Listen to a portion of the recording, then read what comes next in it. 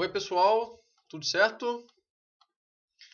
Hoje trouxe para vocês um assunto relativo ao artigo que eu escrevi na semana passada e cujo título é Entre o Valor e o Desprezo, conforme vocês podem ver aqui na tela.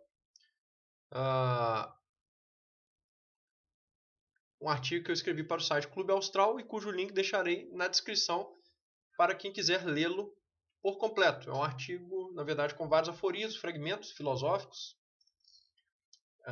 em geral, sobre esses temas aí, ou seja, valor e desprezo e relação entre tais conceitos.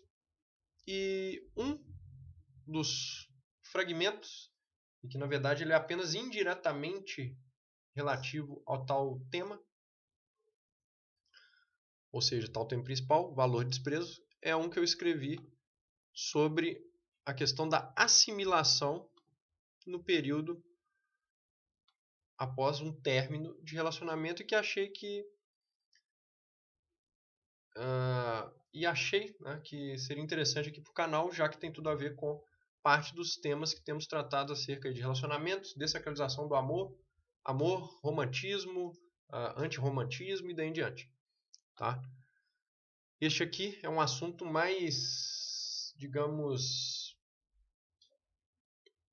mais leve, né, do que propriamente os assuntos de dessacralização do amor e daí em diante, mas achei interessante porque muitos de vocês já devem ter passado, né, por questões de término de relacionamento ou de casamento e daí em diante, né, e portanto este fragmento aqui ele pode ter alguma consonância aí com o que vocês já passaram ou estejam passando e daí em diante, então pode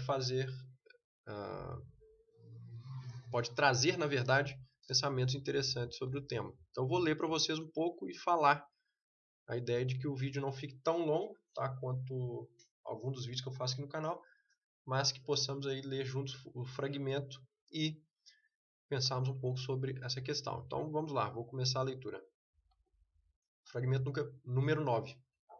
O amor é, em parte, uma fixação conjunta de valores criada a longo prazo. Então já nessa primeira frase podemos avaliar aí o seu teor, né, principalmente no sentido da fixação conjunto de valores. Ou seja, o que eu acredito que seja mais importante aqui dentro, né?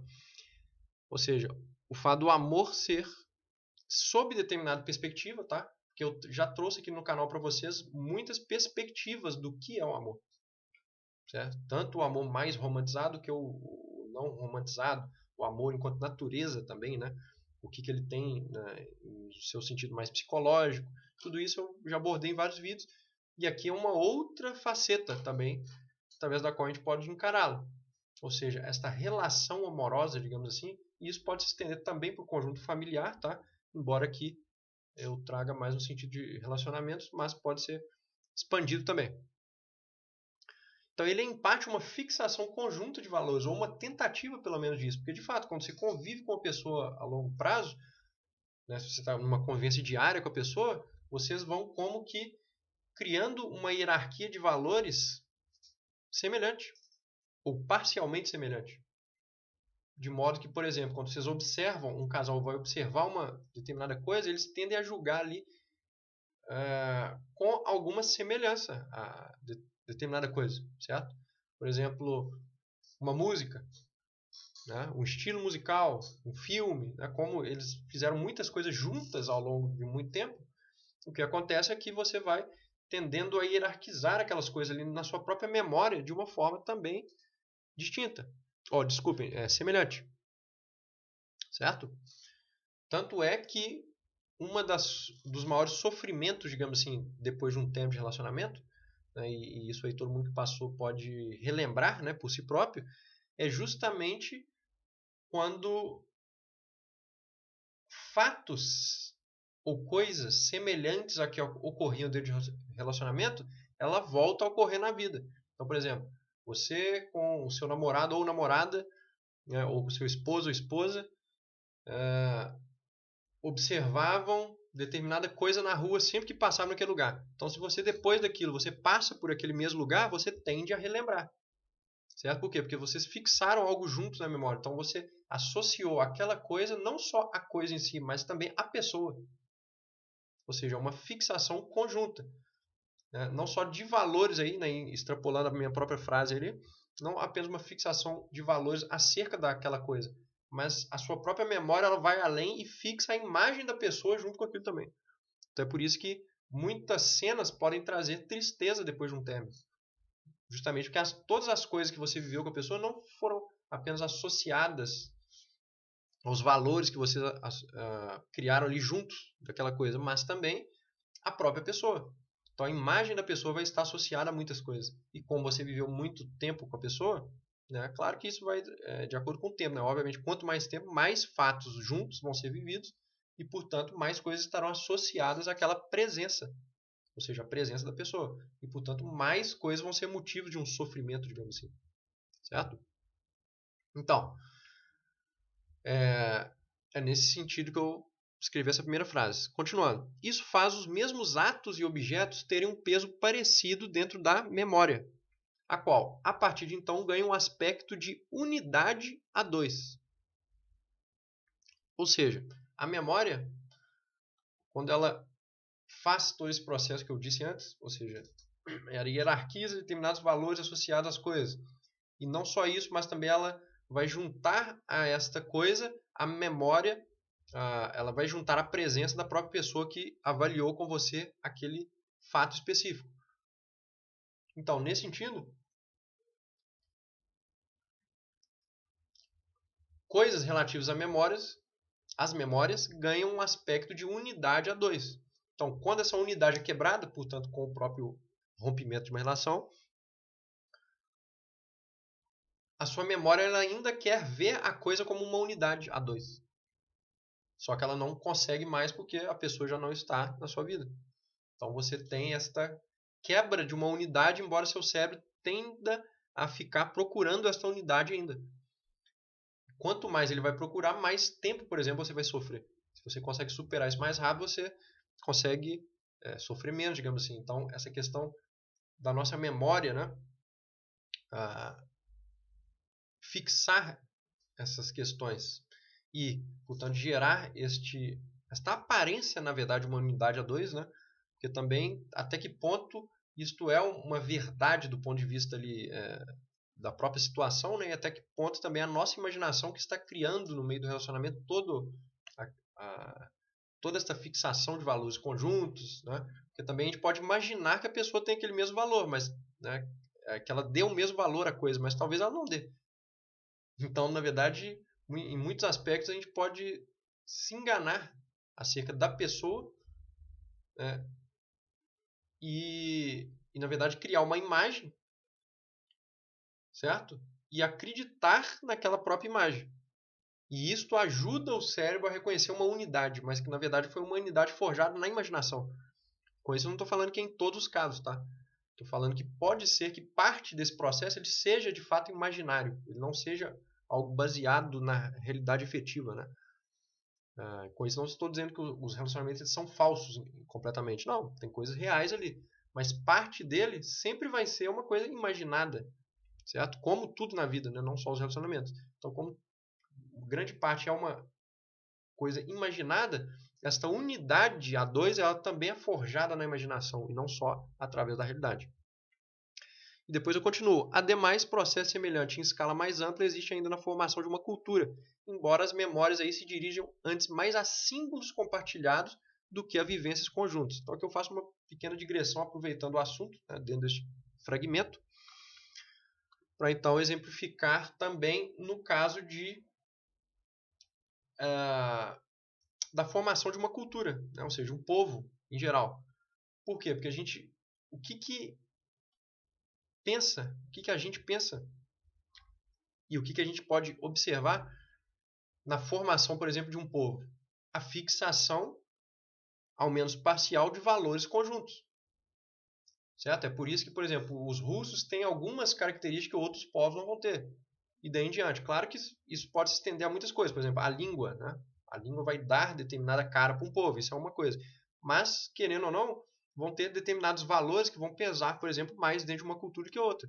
Por exemplo, o islamismo, ele vai ter determinados valores ali que a gente olha e que não cabem tanto dentro de uma cultura ocidental e daí em diante. Inclusive, isso gera determinados choques culturais, certo?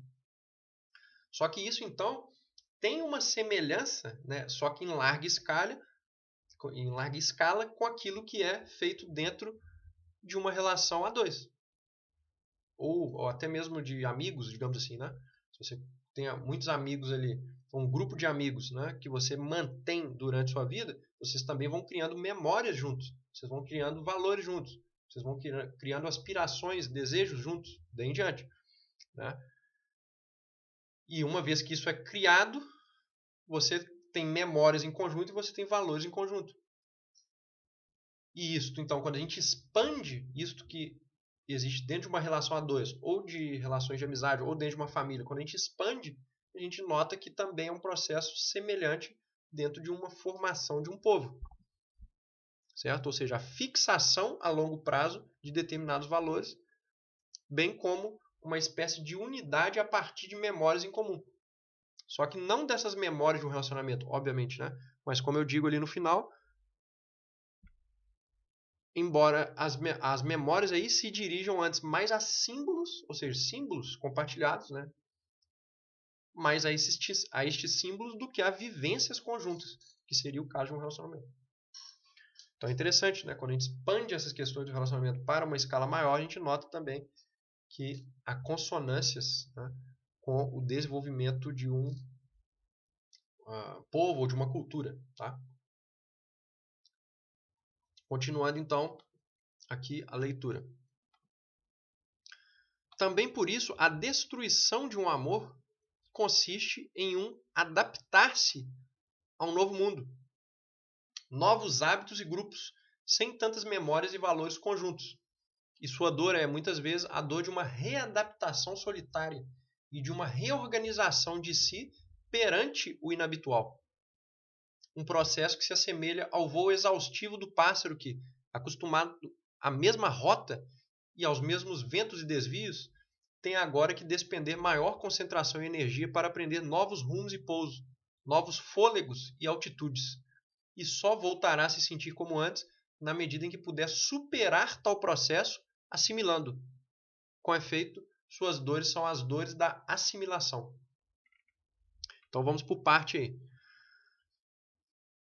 Quando eu falo ali, então, inicialmente nessa parte que eu sublinhei, também por isso a destruição de um amor consiste em adaptar-se ao novo mundo, novos hábitos, novos grupos, certo? Ou seja, como houve, portanto, nesse relacionamento a fixação de valores conjuntos, ou pelo menos uma tentativa parcial disso, né?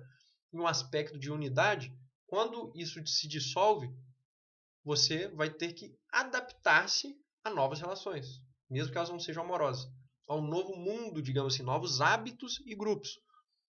Por quê? Porque você forma hábitos com a pessoa. Quando isso é destruído, ou isso acaba, digamos assim, você vai ter que naturalmente formar novos hábitos. Só que como a gente tem uma tendência a certa inércia nos nossos hábitos, certo? E por isso é difícil muitas vezes quebrar hábitos, em relação ao relacionamento a mesma coisa. Ele vai naturalmente criar hábitos. Então, quando há esta ruptura, você deverá criar novos hábitos.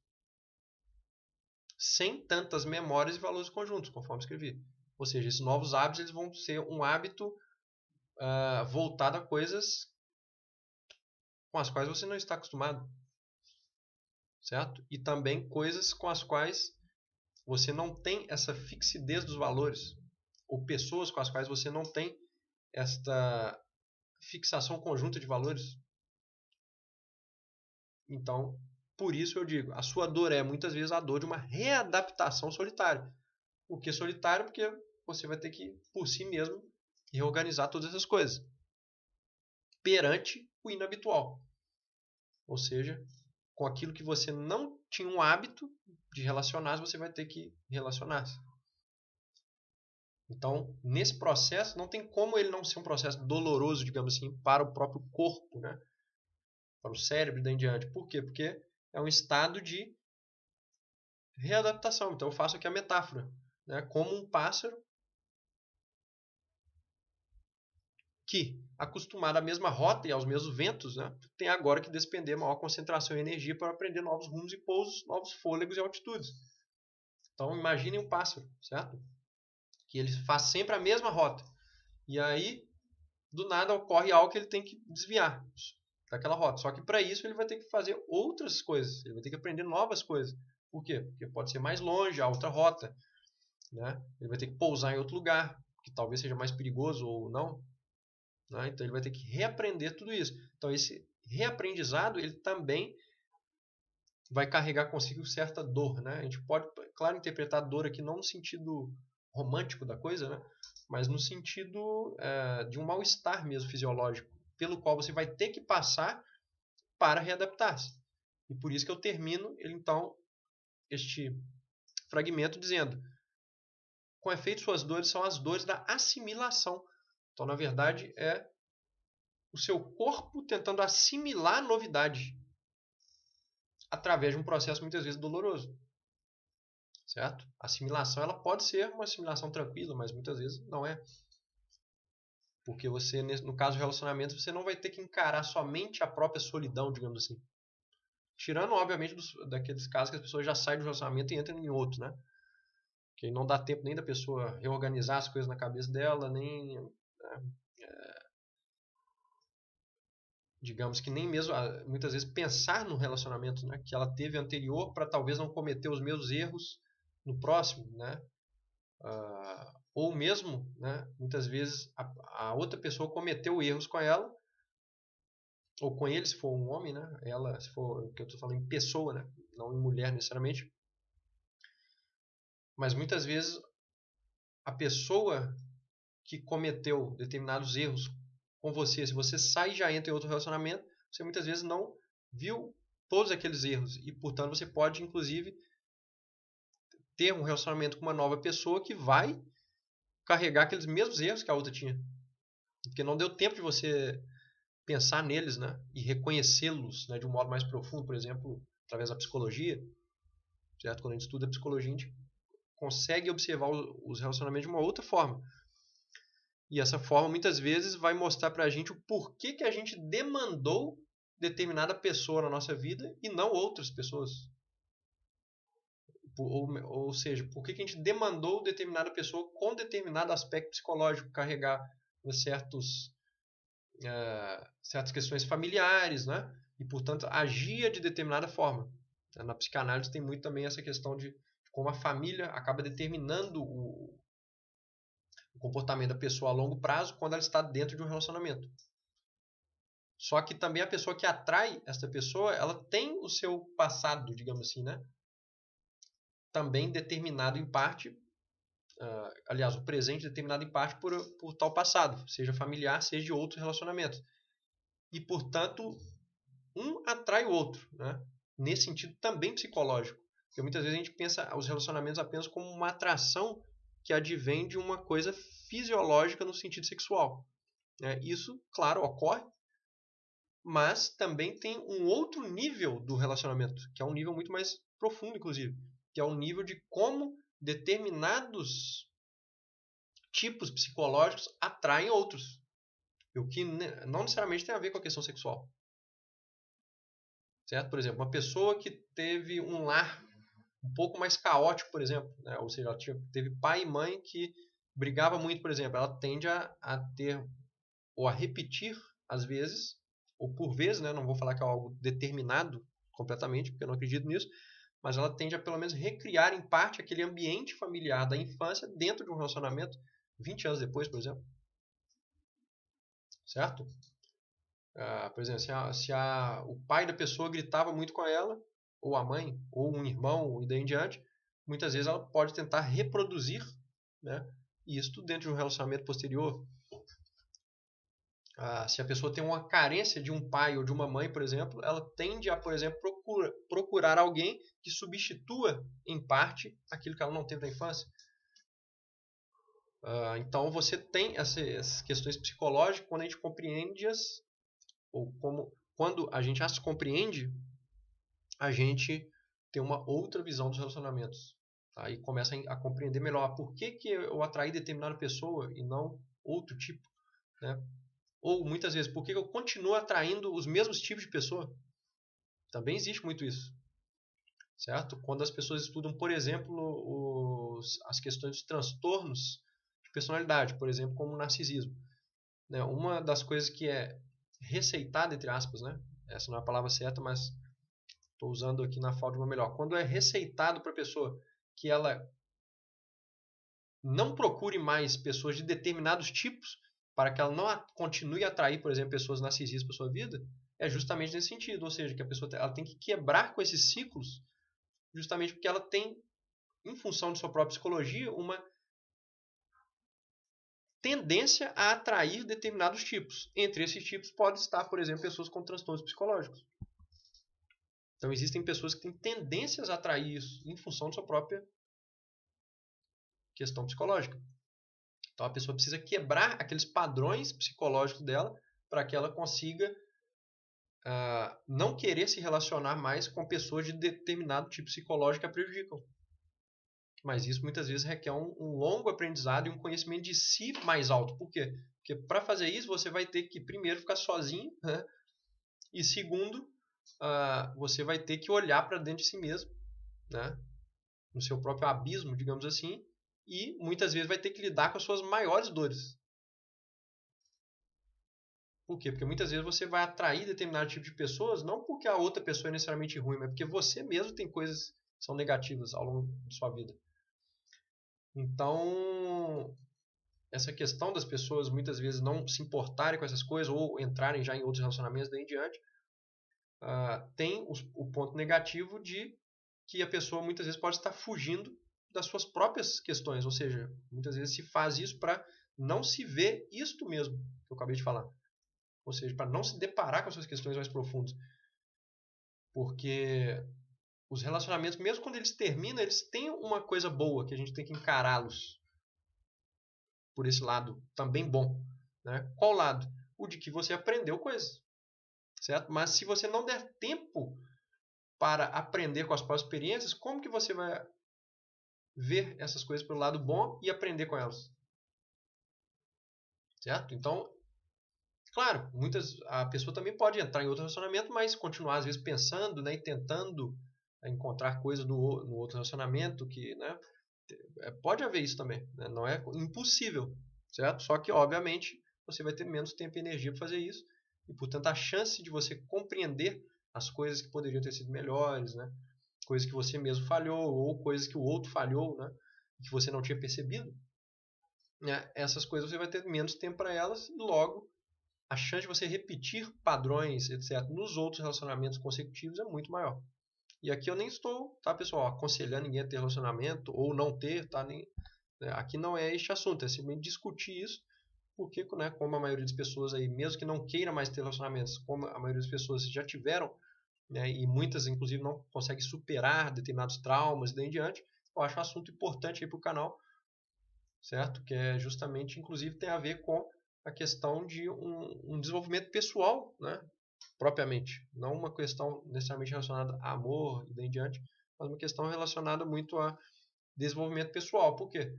Porque sem uma compreensão dessas questões psicológicas e deste, por exemplo, período de assimilação que todo mundo vai passar um dia, ou que já passou, né, em função de relacionamento, sem a compreensão dessas coisas, não se tem os pilares corretos para um desenvolvimento pessoal, inclusive solitário. Certo? Porque tudo isso,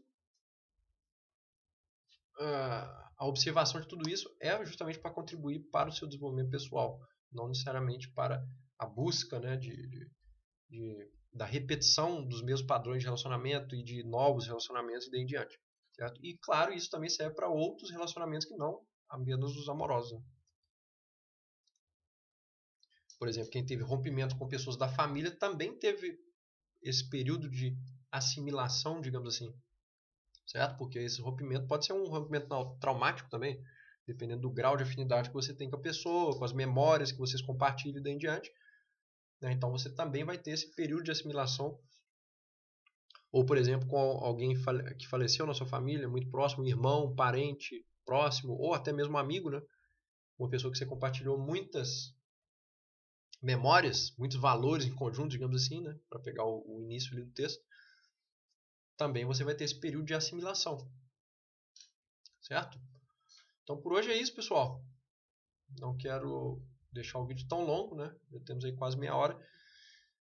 Então, essa questão posso aprofundar mais futuramente aí. Quem se interessar pode deixar questões também, pode colocar aí no comentário, que eu futuramente posso fazer vídeos aí, né, respondendo perguntas ou questionamentos ou exposições dos inscritos no canal.